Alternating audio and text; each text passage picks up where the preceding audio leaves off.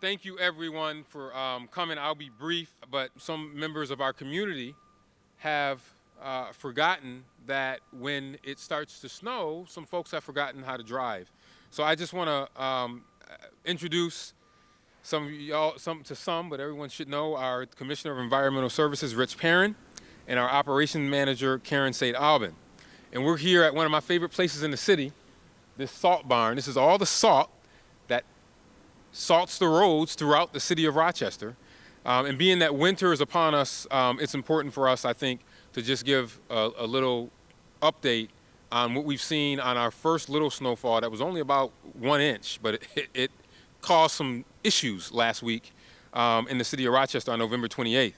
And that was not a major snowstorm event, yet there were more than 100 automobile accidents in the city of Rochester that day.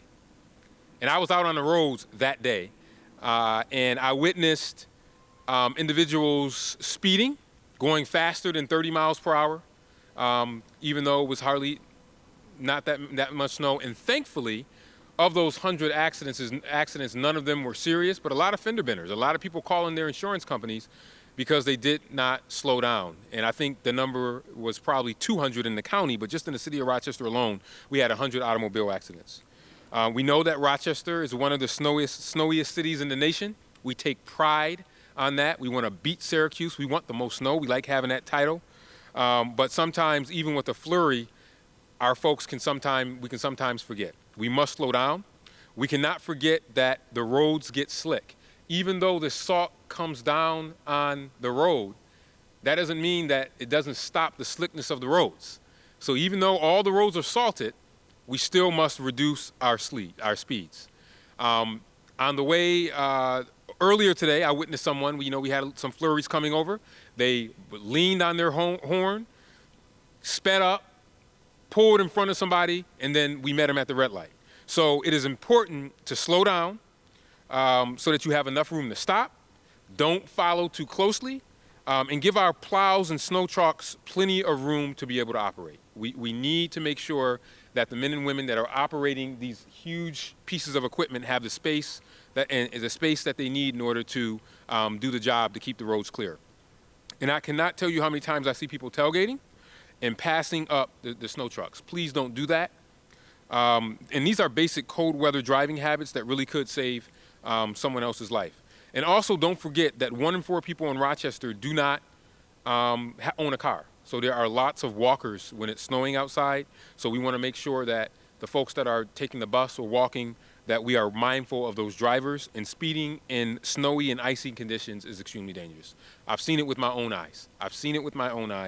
So please, when it's snowing out or when there is snow in the forecast, and we're expecting to get even more snow possibly this weekend, you must allow that extra time for wherever it is that you're going to go. And whether you're leaving for school or work during the morning commute, remember to drive safely so that we can all get to where we're going safely, and it's okay, slowly. Just give a little bit of extra time. Now, Rich and Karen and their staffs here are burning the midnight oil for a lot of these weather events. And the city snow plows on residential streets when there are 3 inches of new snow that has fallen, and sidewalks are plowed when there are 4 inches of snow are expected to accumulate.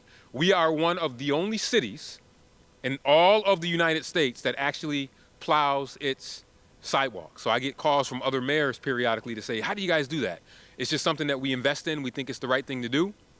But that also reminds people that if it's 3 inches of snow, get out in front of your house or your business and shovel. But if it's above 4 inches, you're going to see our sidewalk plows coming in plowing. During snowfalls, main streets and arterials, the main streets, so we're out here on Mountain Reed, those are the ones that are continually plowed. Arterials and certain roadways near schools, bus routes, bridges, and hills are always treated with salt. And residents can find, sometimes someone will call and say, has the snowplow come down my street? Well, we have this great app, this great service on our website, or you can get it on your phone, called Plow Tracks. It's a great application, cityofrochester.gov/plowtracks. You can literally track the plows in real time on whether or not they have come down your street or when they're coming. When it snows more than 3 inches, the plow tracks map tracks the progress of the city plows and is updated every 5 minutes. Now, if we get a half an inch of snow, don't check plow tracks. It has to be over 3 inches, and you can then track and see where plow tracks is coming through. Again, property owners, just a reminder, to clear sidewalks adjacent to their property, they're required to do that by city code, and to help their neighbors who are unable to shovel. It's the neighborly thing to do, it's the courteous thing to do, and remember, it's all of our responsibilities to stop at our property line when it comes, start at our property line when it comes to safety. Another thing I want to put out there is it is illegal to plow or shovel snow from a private property onto a city, street, or sidewalk. I witnessed this again last year. I'm not allowed to yell at people, so I didn't yell at the person that was doing it, but they literally, what they were doing was shoveling their driveway and then taking the snow and putting it in the street. You're not supposed to do that, or putting it on the sidewalk. There's a little median there, put the snow there, so we want to make sure people do that. It's a major safety hazard to take snow that's been, to put snow on a street that's been plowed and then repopulate it with snow from your driveway. So we want to make sure that that doesn't happen. And while private property owners clear around their properties, city and contractor snow plows clear more than 800 miles of sidewalks in downtown and extremely busy commercial corridors. And that takes approximately 5 to 6 hours once deployed. And then my other favorite topic that everyone likes talking about is parking. Parking.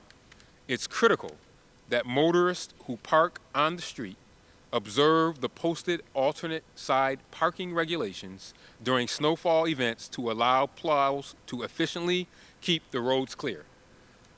There's a reason why we don't have that alternative parking just because it's something fun to do. We do that so plows can get down the street. So if you see Monday, Wednesday, Friday, or 6 to 7 p.m. those signs, please obey those signs. It's important to do during the summertime, but it's even more important to do that during this snowy season. So please, just one car parked on the wrong side of the street can pose a substantial impediment to snow plows. So please make sure you move your cars on time. And in the city, we have tons of streets that have on-street parking. Tons of streets. So we want to make sure you follow that. You can also find details about plow tracks and parking and all of this information on cityofrochester.gov/rocksnow, cityofrochester.gov/rocksnow. Also remember that during weather events, the 911 and 311 call centers might have high call volume. And people should only call 911 for police, fire, or ambulance services. But you can always call 311 for questions about city services and to report unresolved conditions if the snow plow has already serviced a street or put in a request for snow removal at any time for hazardous or unsafe conditions. So if there's ever a complaint, before you call Berkeley, you can always call 311 and we can get it taken care of. Snow brings out a lot of emotions, particularly if people feel as though something wasn't plowed or it's too icy for them. They can call 311 and we'll track it. It's tracked all the way to resolution. And we want to make sure we do that. So I want to thank our motorists who drive safely during snow events. And I want to thank our snow fighters and our hundreds of contractors who are out there keeping our roads and sidewalks passable. So thank you all.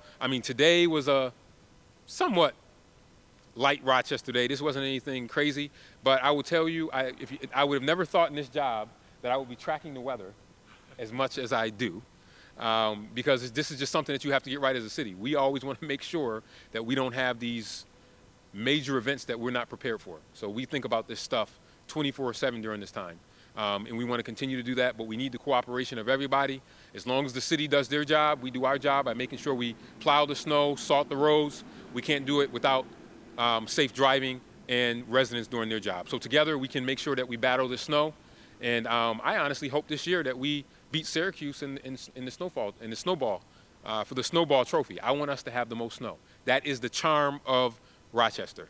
And I don't know if you guys newscasters heard, and I don't know which affiliate it was, but I just got a note from Visit Rochester that there was a newscaster in Phoenix that was bad-mouthing, did anyone see this? They were bad-mouthing Buffalo and Rochester. They forgot the name of Rochester, and they were talking about how snowy and cold it is there and how they never want to go there. So I think Dan Mason from the Red Wings said, hey, I got something for you. You come up here and visit if you're going to talk about how snowy we are. We're happy to have snow. We'll take snow over drought conditions any day because all of this melts and it goes into our Great Lakes. So I'm hoping that whatever station that was, affiliate, that we call out that guy for bad mouthing Rochester and all the snow that we have. So hopefully before the end, I'll tell you who it is, so we can have a friendly we can josh them friendly. But we're happy to have. No, it wasn't. no. This was in Arizona. Yeah, this is in Phoenix. This is a Phoenix station. This was a Phoenix station. Yeah, right. So I don't know if anybody has any questions, but if you can please make sure you get these tips out to viewers, it would be very, we'd be very, very grateful for that. But this is a major important topic. So I'll take any on topics that you might have about snow. Barb, I don't know if anyone had off topics. No? Okay. Anything on snow, folks? I can guarantee we're going to get calls, complaints about side streets not getting. Yep. Is the parking issue, does that solve that and park on the right side? Absolutely. I mean, one of the biggest things. So it's funny. I always think of little streets. Think of Buford Street. Buford Street is off of South Clinton. You can barely walk down Buford Street. If you park on double sides on Buford Street, it's going to be very hard to get the snowplow down that street. So we have to make sure that people really adhere to the alternate side parking on the streets. That really helps the snowplows, because if you have people on both sides on a street like Buford, and I'm picking that one because I was just on that street a little while ago, you can barely get a car down that street, let alone a snowplow. So that does cause a problem. But remember, we always start with the big arterials where there's the most traffic on, and then move to the side streets. Right, guys? Yep. Big snowfall, all of a sudden, some of these people, their car gets snowed in, so they just leave it there. That can be a problem as well, right? It can be a major problem as well, and then what happens is that we have to end up towing it. And we always try to warn people before we tow cars. I mean, we even go so far as to say, all right, we were on Buford Street, and there's cars on both sides. We're coming down. Please move your cars before we have to tow them. Because if it's really a dangerous amount of snow, 12 inches or something like that, we'll end up towing those cars, and we don't want to do that, because people need their cars to be able to get to work. So if we can have that cooperation from the alternate sides of the street parking, that really helps, as well as the safe driving, which is very important. Slowing down, not tailgating, that also helps, because if there are accidents that have things blocked, that's going to affect the snowplows. That's going to affect 911 emergencies. It's going to affect a lot of these things. And whenever we have these icy events, sometimes the ice is even worse than the snow, and that's what happened on the 29th. We only got about, was that 1 inch? Was it? Yeah, maybe 2 or 3 inches. And I mean, literally between 3 and 9, there were 100 fender benders. And it was all because I saw folks just speeding. I couldn't believe it. So that also affects the deployment of emergency vehicles and snowplows, because if they're behind accidents, that makes it harder to clear the roads. Trucks do we have? Do we have more trucks now this year? The salt situation. Maybe we talk about being, or whoever wants to talk. Sure. So we have trucks for the arterial routes, which are our main roads, our collector roads, the roads around hospitals and that sort of thing, and they're broken down into routes. We have trucks on every one of those routes. And then when we get into the residentials, that's done by ourselves and by contractors. Salt issue. I mean, we got enough salt for the year, you believe? So we continue to replenish. So this will get us started, and we will continue ordering salt throughout the season.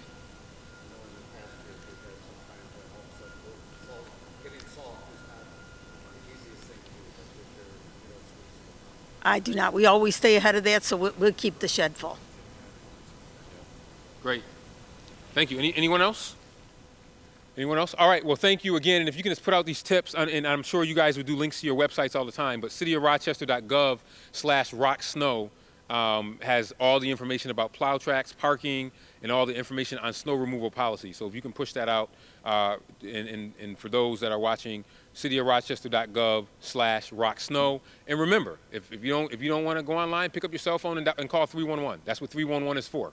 Any issues, challenges, or you can always send an email and thank these folks for their hard work. We do get those too. So we want to thank the folks that also thanks these hard men and women that work 24/7 for this. So thank you so much, everybody, and thanks for getting the message out. And we'll see when the first big one hits. Thank you.